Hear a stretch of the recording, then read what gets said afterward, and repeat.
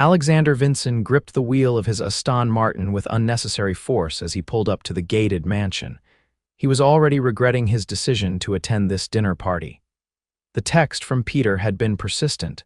"Come on, man, you need to get out. It's been 6 months since the merger." Time to celebrate. 6 months since Alexander had become CEO of one of the largest tech companies on the West Coast, and all he'd done was work. Perhaps Peter was right. He handed the valet his keys and straightened his tailored navy suit before walking up the marble steps. The door swung open to reveal Peter Vaughn, his best friend since business school and now his company's chief marketing officer. "You actually came," Peter exclaimed, pulling him into a brief hug. "I half expected another last-minute cancellation." "I almost did cancel," Alexander admitted. "But you're right, I need to socialize outside of board meetings." Peter grinned, clapping him on the shoulder. "There are some interesting people here tonight. Tech investors, a few celebrity entrepreneurs, the usual Silicon Valley crowd." Alexander nodded absently, already scanning for the bar. "Great, point me to the scotch. First, there's someone I want you to meet. She's Pete. I'm not interested in being set up right now." "Did I say anything about setting you up?" Peter raised his hands defensively. "I just thought you'd enjoy talking to her." "She's brilliant, just launched a sustainable fashion company that's disrupting the industry. Very much your kind of conversation," Alexander sighed. "Fine, one introduction, then scotch." Peter guided him through the sprawling living room where clusters of well-dressed people engaged in animated conversation. The house belonged to a venture capitalist Alexander had met a few times at industry events. Everything was modern, minimalist, and clearly expensive all glass, steel, and dramatic lighting. "She was just here," Peter muttered, looking around. "Ah, there she is by the terrace doors." Alexander followed his gaze and felt something shift in his chest. A woman stood with her back to them, her dark hair falling in loose waves down her back. She wore a simple emerald dress that caught the light when she moved. As if sensing their approach, she turned. "Emma," Peter called, "I want you to meet my friend." When she fully faced them, Alexander felt an unexpected jolt. She had intelligent eyes that crinkled slightly at the corners when she smiled, high cheekbones and lips that curved naturally upward. "Emma Oakes, this is Alexander Vinson, the friend I told you about." She extended her hand. "The CEO who never leaves his office. I was beginning to think Peter made you up." Her handshake was firm, her skin warm. "My reputation precedes me, apparently," Alexander said, surprised at how quickly he smiled. "Don't worry," she replied. "He mostly said good things." "Mostly." "I may have mentioned your workaholic tendencies," Peter admitted. "And your coffee addiction." "Both fair points," Alexander conceded. "I'll leave you two to chat," Peter said with a barely concealed grin before disappearing into the crowd. Alexander expected awkwardness to settle between them, but Emma immediately put him at ease. "So you run Vortex Tech now," she said. "I read about the merger. Impressive move." "Thank you, though I suspect Peter told you that as well." Emma laughed, the sound both melodic and genuine. "He might have mentioned it, but I was already familiar with your company. Your sustainable manufacturing initiatives are what every tech company should be doing." "You know about that. Most people only cared about Vortex's consumer products, not their manufacturing ethics." "I run a sustainable fashion company. I make it my business to know which tech companies are actually walking the walk versus greenwashing." For the next hour, Alexander forgot about finding that scotch. They moved to the terrace where the cool night air and city lights provided a perfect backdrop for their conversation. Emma was unlike anyone he'd met in his corporate circles. She challenged him, made him laugh, and seemed genuinely unimpressed by his CEO status. "Wait," he said, halfway through her explanation of her company's recycled fabric technology. "Your company is Evoke, isn't it? The one that just secured Series B funding from Gradient Ventures." Emma nodded, surprise flickering across her face. "You've heard of us. I read your pitch deck." "We were considering investing, and now I'm wondering why we didn't," she laughed.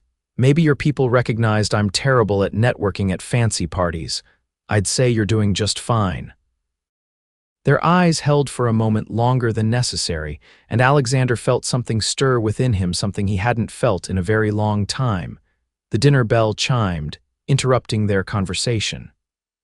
As they made their way to the dining room, Peter appeared at Alexander's side. "You're welcome," he whispered. Alexander shook his head but couldn't hide his smile. "I haven't thanked you for anything yet." "Yet being the operative word," Peter replied with a knowing look. Dinner was a multi-course affair, but Alexander barely noticed the food. Across the table, Emma was engaged in conversation with a tech journalist, passionately explaining her vision for changing consumer habits. She spoke with her hands, her eyes bright with conviction. When she caught him watching, she raised an eyebrow slightly before returning to her conversation.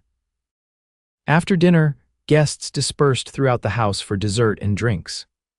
Alexander was pulled into a conversation about market trends with several investors, but his eyes kept drifting to Emma, who was now examining the host's art collection.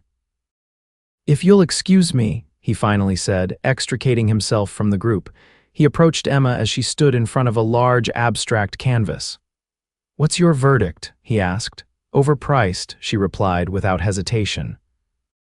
"But then again, I've never understood spending millions on art when there are better investments. Like sustainable fashion companies," she smiled. "Exactly." "Would you like to continue our conversation somewhere quieter?" Alexander suggested. "Maybe coffee." "I know a place nearby that's still open." Emma considered him for a moment. "I'd like that, but I should warn you I have an early meeting tomorrow. I promise to have you home at a reasonable hour." They said their goodbyes to the host and Peter, who gave Alexander a not-so-subtle thumbs-up behind Emma's back. The coffee shop was small, with worn leather chairs and jazz playing softly in the background. It was almost empty at this hour, giving them the privacy they hadn't had at the party. "So," Emma said once they were seated with their drinks, "how does a CEO who's supposedly chained to his desk know about a hidden coffee shop? I lived in this neighborhood before I became CEO," Alexander explained. "Back when I could actually walk places without scheduling it 2 weeks in advance." "Do you miss it? The freedom?" He considered her question seriously. "Sometimes, but I love what I do, building something that matters, that employs thousands of people. It's worth the sacrifices." "What about personal sacrifices? Family, relationships?" Alexander's smile turned wry. "Those have certainly taken a hit. My last relationship ended because, according to her, I was emotionally unavailable and married to my company." "Was she right?" "Probably," he admitted. "What about you? Does running a startup leave room for a personal life?" Emma cradled her mug between her hands. "Not much. My last boyfriend couldn't understand why I'd check my email during dinner or take calls on weekends. He wanted someone who could mentally clock out at 5, which isn't you." "No," she agreed, "it's not." They talked until the barista politely informed them they were closing. Standing outside on the sidewalk, Alexander realized he didn't want the evening to end. "Can I drive you home?" he offered. "I should probably take a cab. My place is across town." "I don't mind the drive." Emma studied him in the glow of the street light. "Okay," she finally said. "Thank you." In the car, she directed him through the city to a renovated industrial building that had been converted into lofts. The drive was comfortable, filled with easy conversation and shared observations about the city at night. When he pulled up to her building, Alexander turned to her. "I enjoyed tonight, Emma, much more than I expected to." "Me too," she paused. "Would you like to see my workshop? It's in my loft." "I could show you some of those recycled fabrics we were discussing." Alexander checked his watch. It was nearly midnight. Any other night, he'd be preparing for bed, reviewing reports before sleep. Tonight, the reports could wait. "I'd like that." Emma's loft was exactly what he'd expect from her, open, minimalist, with splashes of color in unexpected places. Large windows showcased the city lights, and one entire section was dedicated to her work: dress forms, fabric swatches, and a large drafting table. "This is where the magic happens," she said, leading him to the workspace. "We've developed a process to break down plastic waste and transform it into these." She handed him a swatch of fabric that felt like silk between his fingers. This was plastic. Bottles, packaging, all the stuff that usually ends up in landfills or oceans. As she showed him more samples and sketches, Alexander was struck by her passion and innovation. She thought differently than anyone he knew in tech, seeing possibilities where others saw waste. "You're remarkable," he said when she finished her impromptu presentation. Emma looked up at him, suddenly very close in the dim light of the loft, for recycling plastic bottles, for seeing value where others don't, for building something meaningful. There was a moment of charged silence before Emma stepped back slightly. "It's getting late." "I should go," Alexander agreed, though he made no move toward the door. "Yes," she said, but her eyes remained on his. Alexander knew he should leave. They had just met, and he had an executive meeting at 7 the next morning. But something about Emma made him want to throw caution aside for once in his carefully managed life. "Or," he said slowly, "I could stay a little longer." Emma's smile was soft. "I'd like that." They moved to her couch, where conversation flowed into the early hours of the morning. They discussed everything from childhood dreams to business philosophies, finding surprising common ground despite their different industries. At some point, Emma curled her legs under her, leaning slightly against his shoulder as she described her travels through Southeast Asia researching textile traditions. It was nearly 3 in the morning when Alexander reluctantly stood to leave. At her door, he hesitated. "Can I see you again?" he asked. "I'd be disappointed if you didn't," Emma replied. "Dinner tomorrow night." "I have a business dinner I can't reschedule. The day after, I'll make it work." Outside her building, Alexander sat in his car for a moment before starting the engine. He couldn't remember the last time he'd felt this way energized despite the late hour, mind buzzing with possibilities. For the first time in years, he was thinking about something other than quarterly reports and market expansion. The next day passed in a blur of meetings and conference calls. Alexander caught himself smiling at random moments, earning curious looks from his executive team. After a particularly grueling budget meeting, Peter cornered him in his office. "So," he prompted, settling into a chair across from Alexander's desk. "So what? Don't play dumb. You and Emma.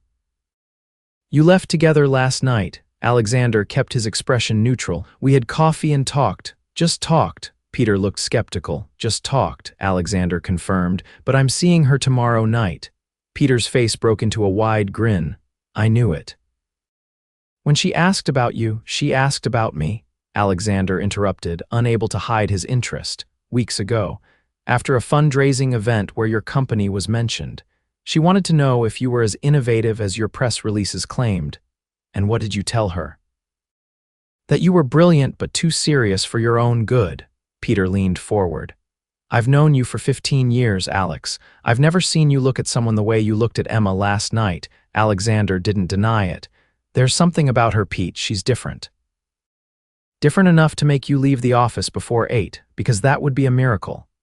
As if on cue, Alexander's assistant buzzed to remind him of his next meeting. Speaking of which, Peter stood, shaking his head. "Fine, go be CEO, but don't screw this up by working too much." "I'll keep that in mind." The next evening, Alexander arrived at Emma's building 15 minutes early, a bouquet of wildflowers in hand. He'd chosen them specifically, not the standard roses that screamed corporate date, but something more thoughtful, more her. When Emma opened the door, she was wearing jeans and a simple blouse, her hair pulled back in a loose ponytail. She looked younger, more relaxed than she had at the party. "Wildflowers," she said, accepting the bouquet with genuine delight. "How did you know I'd prefer these to roses?" "You don't strike me as a dozen red roses kind of woman." Emma smiled, inviting him in while she found a vase. "I hope you don't mind, but I thought we could stay in tonight. I know I suggested dinner out, but after back-to-back meetings all day." "I don't mind at all," Alexander assured her. "What did you have in mind?" "I make a mean pasta, and I have a bottle of wine that's been waiting for a special occasion." "Special occasion, huh?" he teased. "A CEO in my kitchen qualifies, I think." Alexander removed his suit jacket and rolled up his sleeves. "Put me to work. I'm a decent sous chef." The evening unfolded with unexpected ease. They cooked together, sharing the small kitchen space as if they'd done it countless times before. Emma was right about her pasta. The simple dish with fresh herbs and local vegetables was better than most restaurant meals he'd had recently. They talked about their days, their challenges, their visions for their companies. When Emma described a manufacturing setback with frustration, Alexander found himself offering solutions from his own experience, not as a CEO dispensing wisdom, but as someone who genuinely wanted to help. After dinner, they moved to her small balcony with glasses of wine. The city sprawled before them, a tapestry of lights against the night sky. "Can I ask you something?" Emma said, breaking a comfortable silence. "Of course." "Why did you become CEO? Was it always the goal?" Alexander considered the question. "Not always. I started as an engineer.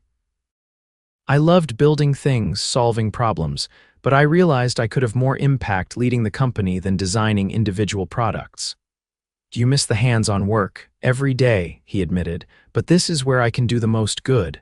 "That's how I feel about Evoke," Emma said. "Some days I'd rather just design, but if I want to change how people think about fashion and sustainability, I need to build the whole company." Alexander found himself reaching for her hand, interlacing their fingers. "You will. I've seen startups come and go, and what you've built has staying power." Emma squeezed his hand, her eyes meeting his. "Thank you for seeing that." The moment stretched between them, charged with possibility. Alexander leaned forward slowly, giving her time to pull away.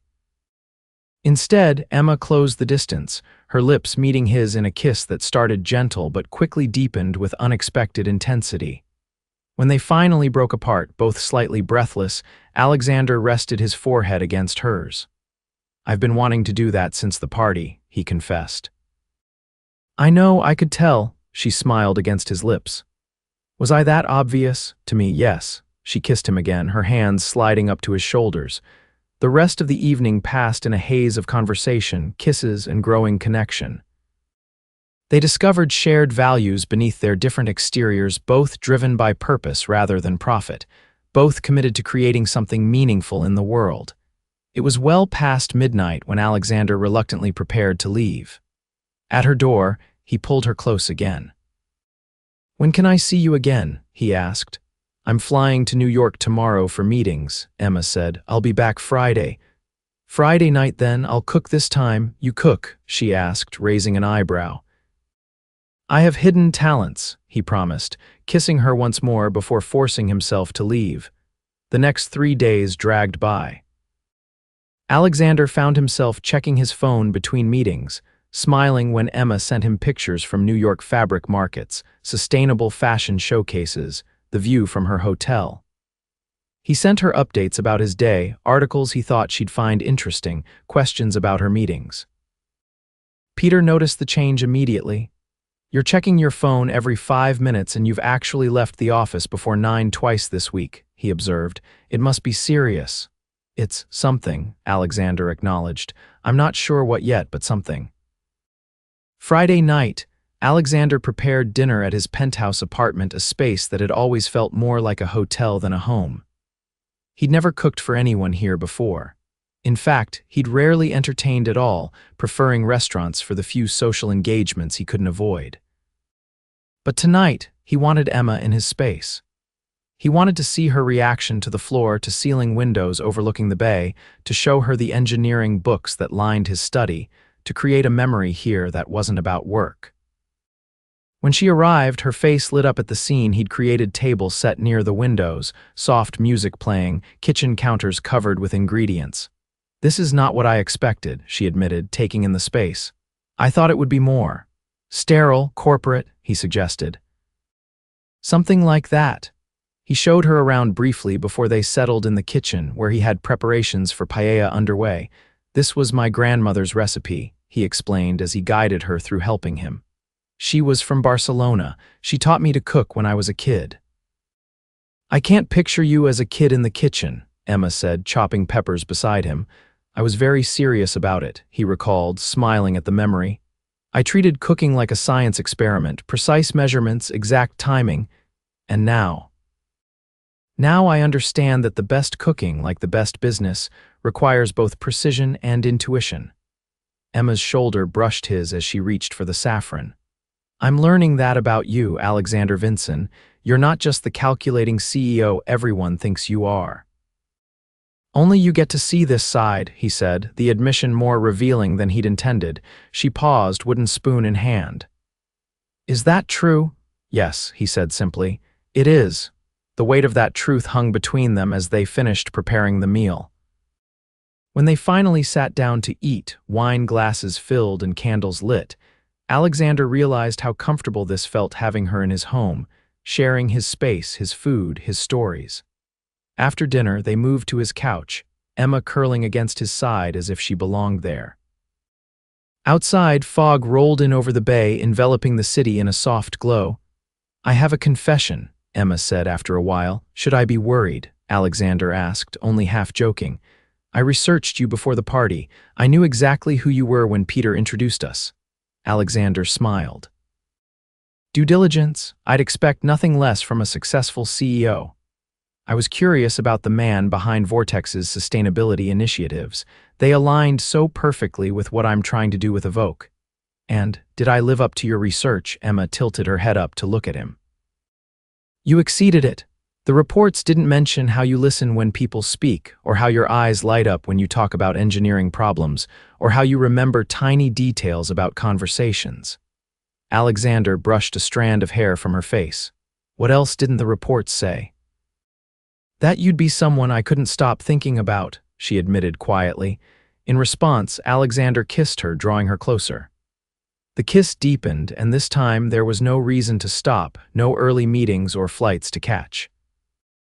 They moved to his bedroom, where the fog outside created a cocoon of privacy as they discovered each other with increasing passion.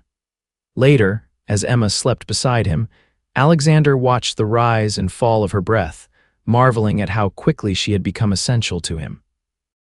He'd built his life around control and planning, yet the best thing to happen to him in years had been completely unexpected, a chance meeting at a dinner party he'd almost skipped. The next morning, Alexander woke to the smell of coffee. He found Emma in his kitchen, wearing his shirt, hair tousled from sleep. I hope you don't mind, she said, nodding toward the coffee maker. I needed caffeine. My casa is tu casa, he replied, wrapping his arms around her from behind. They spent the weekend together, working side by side when necessary, Emma sketching designs while Alexander reviewed reports, but mostly exploring the city as if they were both seeing it for the first time. They discovered shared favorite bookstores, argued good-naturedly about the best coffee shops, and talked endlessly about their dreams beyond their companies. By Sunday evening, as they walked along the waterfront, Alexander realized with startling clarity that he was falling in love with her. The thought should have terrified him, he who planned everything, who calculated risks before taking action, but instead, it filled him with certainty. What are you thinking about? Emma asked, noticing his thoughtful expression. You have your problem-solving face on. I was thinking that meeting you has been the best unexpected development in my life, he said honestly. Emma smiled, squeezing his hand. Mine too. I know it's only been a week, but it feels like more, she finished for him. Exactly. The following weeks fell into a pattern. They balanced their demanding careers with time-together dinners at her loft or his apartment, weekend hikes in the hills surrounding the city, occasional working sessions where they sat in comfortable silence, each focused on their own projects but drawing comfort from the other's presence. A month into their relationship, Alexander invited Emma to Vortex's annual charity gala. It would be their first public appearance together, and he was surprised at his own eagerness to have her by his side. Are you sure? She asked when he extended the invitation. This makes things official. I'm more than sure, he replied. Unless you're not ready for that, Emma considered for a moment. It's not that, it's just our worlds are going to collide, the press will be there will be questions about us. Does that bother you? No, she said decisively, not at all. The night of the gala, Alexander waited in the lobby of Emma's building, checking his watch. When the elevator doors opened and she stepped out in a stunning gown made from her company's recycled materials, he momentarily forgot how to breathe. You look incredible, he said when he found his voice. Emma smoothed the iridescent fabric of her dress. prototype from our new collection. What do you think? Red carpet ready, beyond ready, he assured her, offering his arm. Shall we? At the gala, they made a striking pair. Emma charmed the board members, investors, and tech journalists with her intelligence and passion for sustainability. Alexander found himself watching her across crowded conversations, still amazed that she had walked into his life. "You're staring," Peter commented, appearing at his side with champagne flutes. "It's adorable but slightly unprofessional." Alexander accepted the champagne. "I can't help it, look at her." Peter followed his gaze to where Emma was engaged in animated conversation with the company's lead environmental scientist. "She fits in here," Peter observed. "She holds her own." "She more than holds her own," Alexander corrected. "She elevates everyone around her." "Including you," Peter said. "I've never seen you this happy, Alex, not even when we closed the merger." "I'm going to ask her to move in with me," Alexander said suddenly. Peter nearly choked on his champagne. "After a month, that's not like you." "Nothing about this has been like me," Alexander acknowledged. "That's how I know it's right." Later that night, as they danced among the other couples, Alexander held Emma close, inhaling the subtle scent of her perfume. "Thank you for coming tonight," he said softly. "You were amazing." "It was actually fun," she admitted. "Your team is impressive." "They were impressed with you too, especially Deanne from R&D. I think she's going to call you about a collaboration." Emma's eyes lit up. "Really? That would be incredible for Evoke." "I may have mentioned your fabric technology to her," Alexander confessed. "Not as CEO, but as someone who believes in what you're doing." Emma studied his face. "You're something else, you know that. Most men in your position would be worried about their girlfriend's company taking resources or attention away from their own." "I'm not most men," he said simply. "And you're not most women." The music shifted to a slower tempo, and Emma rested her head against his shoulder. "No, you're certainly not," she agreed. As the evening wound down, they returned to Alexander's apartment. Standing in his living room, looking out at the city lights, he took a deep breath and turned to her. "Emma, I've been thinking." She faced him, expression curious. "That sounds ominous." "It's not, I promise." He took her hands in his. "This past month has been the happiest of my life." "I know it seems fast, but when something is right, you know it." "I feel the same way," she said softly. "Move in with me," he said, the words coming out in a rush. "Or I'll move in with you if you prefer your place. I just want to wake up with you every morning to build a life together alongside our companies." Emma's eyes widened, and for a moment Alexander feared he'd pushed too far too fast. But then she smiled, a slow, radiant smile that reached her eyes. "Yes," she said simply. "Let's do it." "Yes." He repeated, almost not believing it. "Yes," she confirmed, wrapping her arms around his neck. "But with one condition, anything, we find a new place together. Something that's ours from the beginning, not yours or mine." Alexander lifted her off her feet in an uncharacteristic display of joy. "Done. We'll start looking tomorrow." "Tomorrow," she laughed. "Don't you have that board meeting?" "Some things are more important than board meetings," he said, surprising himself with how much he meant it. 3 months later, they moved into their new home, a spacious loft with room for both his home office and her design studio. It was a perfect blend of their styles, with large windows for natural light, open spaces for creativity, and quiet corners for reflection. On their first night there, surrounded by half-unpacked boxes, they sat on the floor of their empty living room sharing takeout and champagne. "To new beginnings," Alexander toasted, clinking his glass against hers. "To unexpected meetings at dinner parties," Emma countered with a smile. "I still can't believe Peter tried to set us up," Alexander mused. "He's usually terrible at matchmaking. Maybe he knew something we didn't." "What's that?" Emma set down her glass and moved closer to him.